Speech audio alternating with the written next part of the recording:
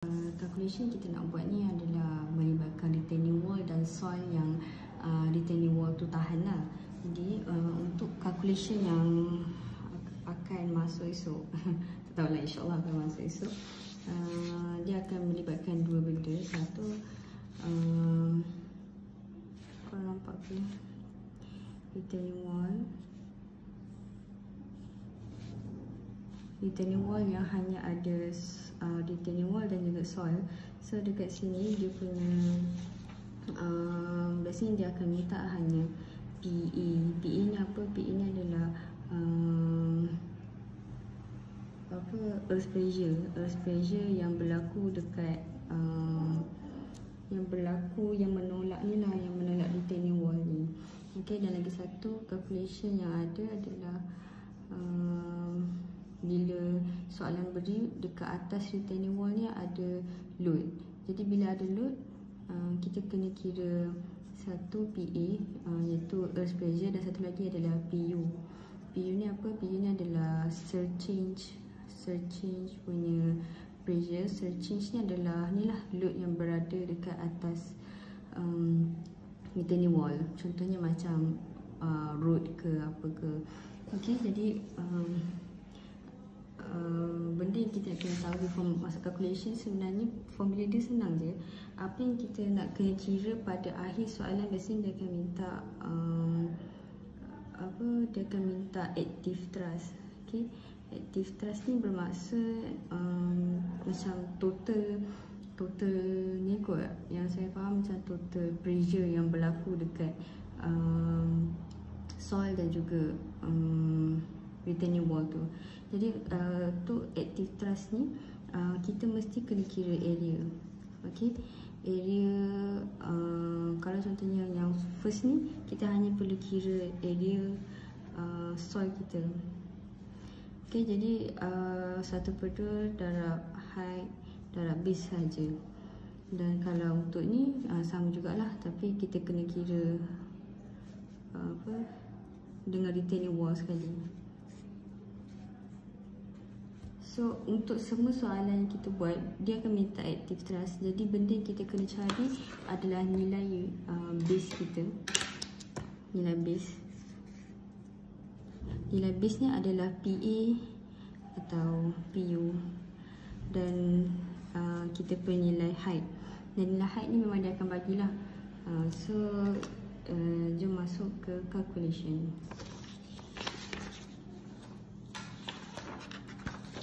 Okay, soalan ini adalah soalan yang macam basic untuk kita punya earth pressure. Okay, using linking theory, determine the total active thrust. Ini dia dah cakap dia nak minta total active thrust on a 5 meter height vertical retaining wall. Jikalau bla bla bla bla bla. Okay, saya memang malas nak baca soalan, jadi kita terus tengok pada nombor apa yang diberi. 5 meter retaining wall punya tinggi. Lepas tu tak ingat lah apa nama simbol ni, tapi simbol ni kalau korang nampak dia memang akan ada ni lah, ada darjah. Dan ini adalah lambda. Lambda ni adalah weight of the soil. Okay, so kita lukis dulu rajah dia. Ini adalah retaining wall, dan ini adalah tanah yang retaining wall tu tahan. Okay, tinggi dia adalah 5 meter height. Okay, bila kita nak kira dia punya total active thrust, kita akan sentiasa jadikan dia macam ni. Okay, kenapa? Itu Madam Ruby pernah terangkan, tapi kita terus je buat macam ni, terus jadikan dia triangle. Okay, lepas tu dia cakap dia punya ni 35. Lepas tu dia punya weight soil ni, dia punya weight soil adalah 19 kN/meter cube. Okay, dan sekarang ni dia minta adalah total active thrust. Jadi bermaksud PA. Okay, macam saya terangkan tadi, PA tu adalah earth pressure. Earth pressure ni akan sentiasa menolak retaining wall ke depan lah. Alright. Okey, dalam calculation tiga steps yang kita kena ingat. Satu adalah tak nampak, kita guna marker lah. First kita kena kira coefficient equal sini kerja equal to adalah KE. Kedua step dia adalah kita kena kira maximum pressure. Okey, maximum pressure adalah PE, maximum earth pressure yang berlaku dekat tanah yang menolak retaining wall tu. So bila kita cakap PE, ia adalah maksud ini. Okay, ini adalah base. Base adalah sama dengan pressure base. Okay, dan yang ketiga kita nak kena kira area lah, area of the triangle. Jadi area of triangle 1/2 kali height retaining wall dan kali dengan base. Base tu adalah ni lah, PE yang kita cari nanti. Okay, so kita kira dulu coefficient. Coefficient formula dia ialah 1 minus sin simbol ni, 1 tambah sin simbol ni. Jadi 1 tolak sin 35 per 1 tambah sin 35. So kita akan dapat 0.27. Okey, so step yang kedua, sekarang ni kita nak kira dia punya PA lah, dia punya pressure, maximum earth pressure,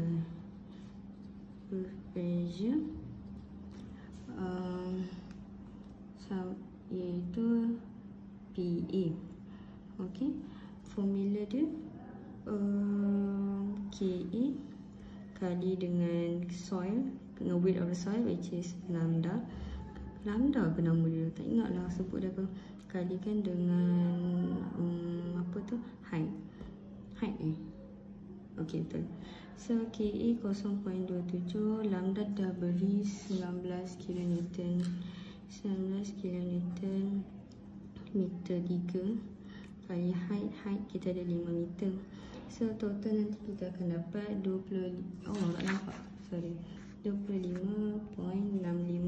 kN meter square. Okay, kenapa meter square? Sebab 3 tolak 1. Okay, faham kan? Matematik ni 1 M kuasa 3 tambah M kuasa 1. So tukar-tukar nanti korang akan dapat lah M1 tolak 3. So akan dapat M negatif 2. So M negatif 2 sama dengan 1 per M square. So dapatlah ni M square. Dan yang ketiga step dia adalah mencari area. Kini adalah benda paling senang lah.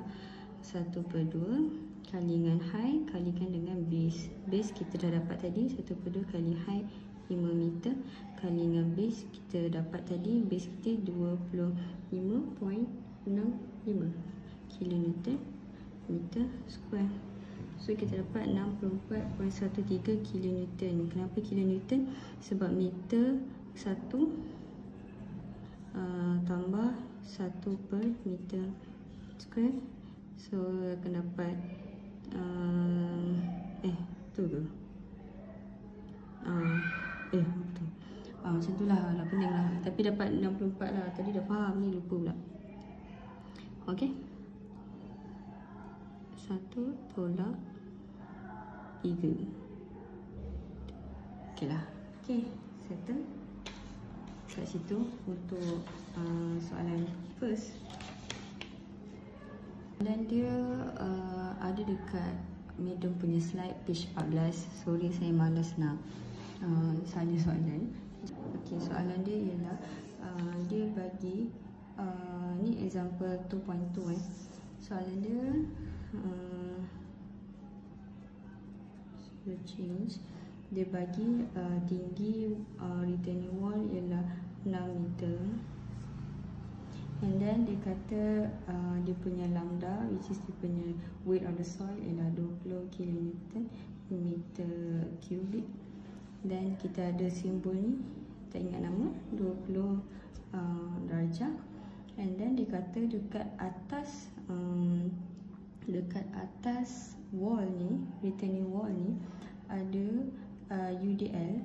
UDL tu load lah, sebanyak 50 kilonewton meter square.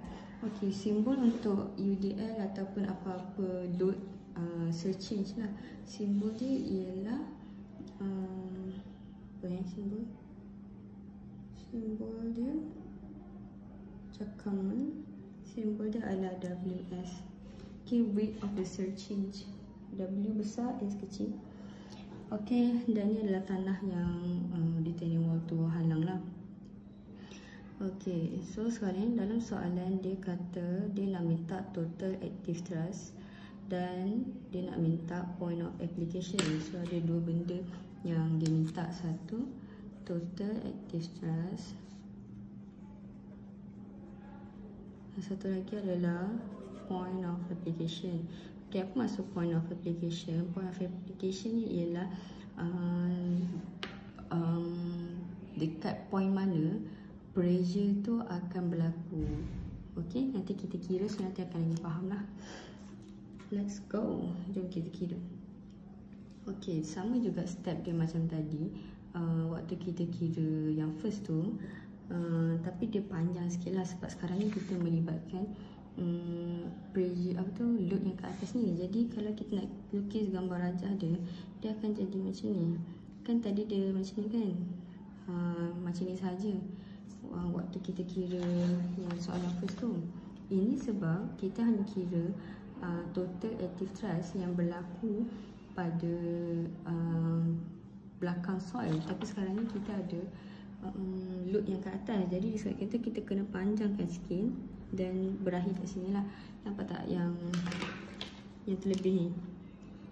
Okay, yang terlebih ni kita kena kira sekali. So untuk calculation soalan ni ada 5 step. 5 ke? Ada berapa step? Ada 4 step yang kita kena buat. Pertama sekali ialah kita sama juga tadi, cari koefisien. Koefisien sama dengan KA, KA. Dua, kita kena cari pressure PU.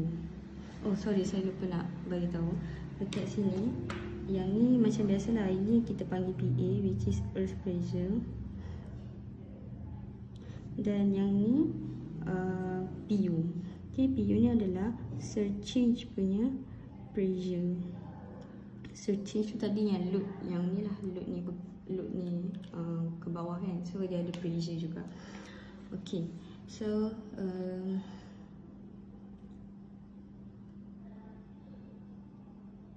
okay, so cari pressure PU.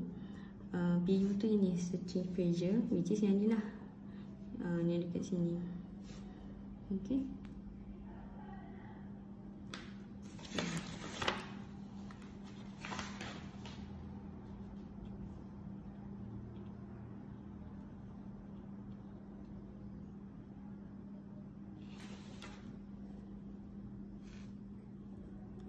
saya confused sikit tau sama ada 50 km ni adalah sepanjang ni ke ataupun apa, tapi just nak fahamkan lah yang korang yang atas UDL tu akan berlaku ke atas lah. Okay, alright. Lepas tu apa tadi? Cari pressure PU. Okay, for me, bila kita cakap pressure PU ni, nanti kita kena cari tinggi tambahan yang kat sini. Kita namakan dia HE. Okay, sebab tinggi retaining wall ni dia dah bagi tadi 6 meter kan. Jadi bila kita cari pressure PU, kita kena carilah height tambahan kat sini. Alright. Dan yang ketiga, kita kena cari overall pressure. Cari overall pressure bermaksud base PU tambah base PE. Okay, maksudnya kita akan cari semua ni, total ni. Okay, yang keempat, barulah kita cari total active thrust. Total active thrust ni maksudnya adalah area. Dan macam nak dapatkan dia ialah yang ni retaining wall Allah, nampak? Ini retaining wall tambahkan dengan soil kita. Area ni tambah dengan area ni. Okay, jom kita start ke calculation. First kali kita kena cari coefficient. Cari KA. So KA formula dia ialah KA sama dengan sin simbol ni tolakkan dengan tolak 1. Terbalik tu. 1 tolak sin simbol tambah 1 tambah sin simbol. Jadi kat sini dia bagi kita punya simbol tu ialah 20. So masukkan je lah.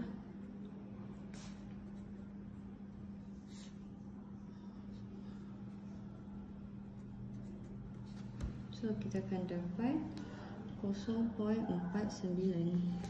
Next step yang kedua ialah kita nak kena cari ni tadi tu, kita punya PU kita.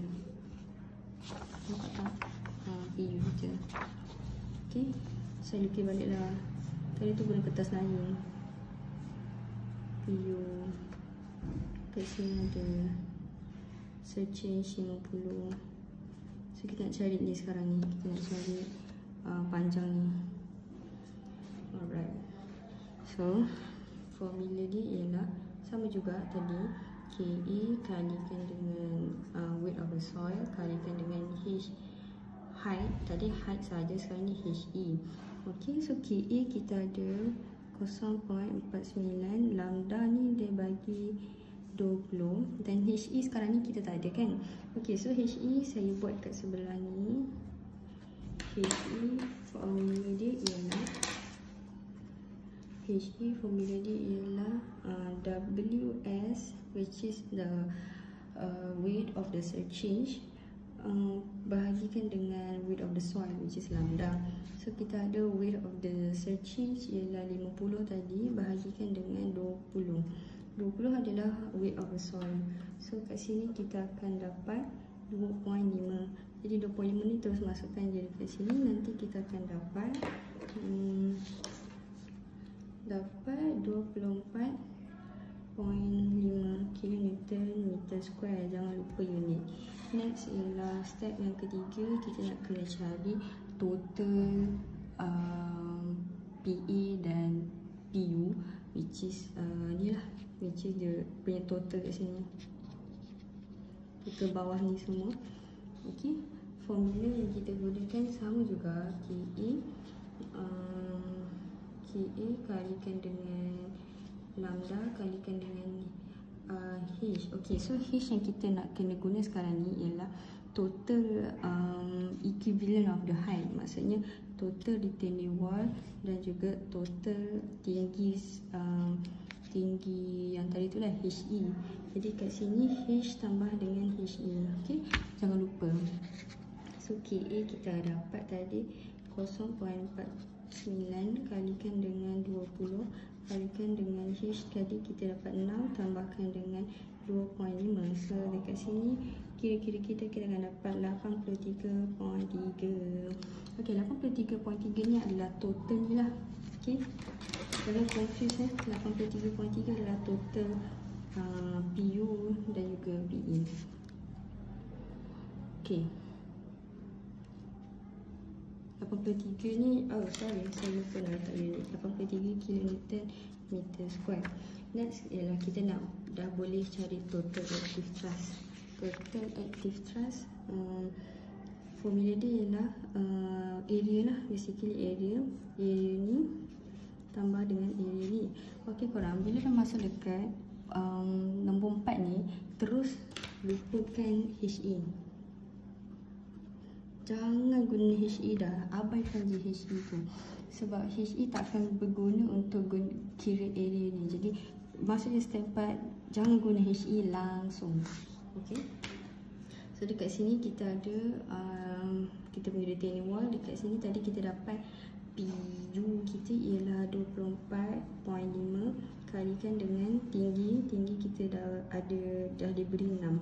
Okay, lepas tu tambahkan dengan 1/2 kalikan dengan kita punya PA Tapi sekarang ni PA kita tak ada kan, sebab PA kita patutnya sini saja. Tapi dia dah bagi full, jadi 83.3 tolakkan dengan 24.5. Alright. Lepas tu kalikan dengan height lah 6. Tengok ni dekat sini langsung tak ada HE. Jangan guna HE, okay. So nanti kita akan dapat 23.4 km. Alright, so kita dah settle lah. Inilah dia punya jawapan untuk total active thrust. Untuk kalau nak kira point of application, yang ni formula dia adalah area PU kalikan dengan H per 2 dan area PA kalikan dengan H per 3. H ni adalah tinggi retaining wall. Jadi ambil retaining wall yang H, bukannya yang H tambah HE. Okey. Dan ni adalah area PU. Dekat sini korang dah kira tadi tu 24.5 kali 6, letak balik kat sini 24.5. Dekat sini memang saya salah lah. Patutnya dekat sini adalah area. So sepatutnya dia adalah 24.5 kali 6 akan dapat 147. 147 kalikan dengan 6 per 2. Dan ni adalah area rectangle lah. Ni kini betul. Alright, itu saja.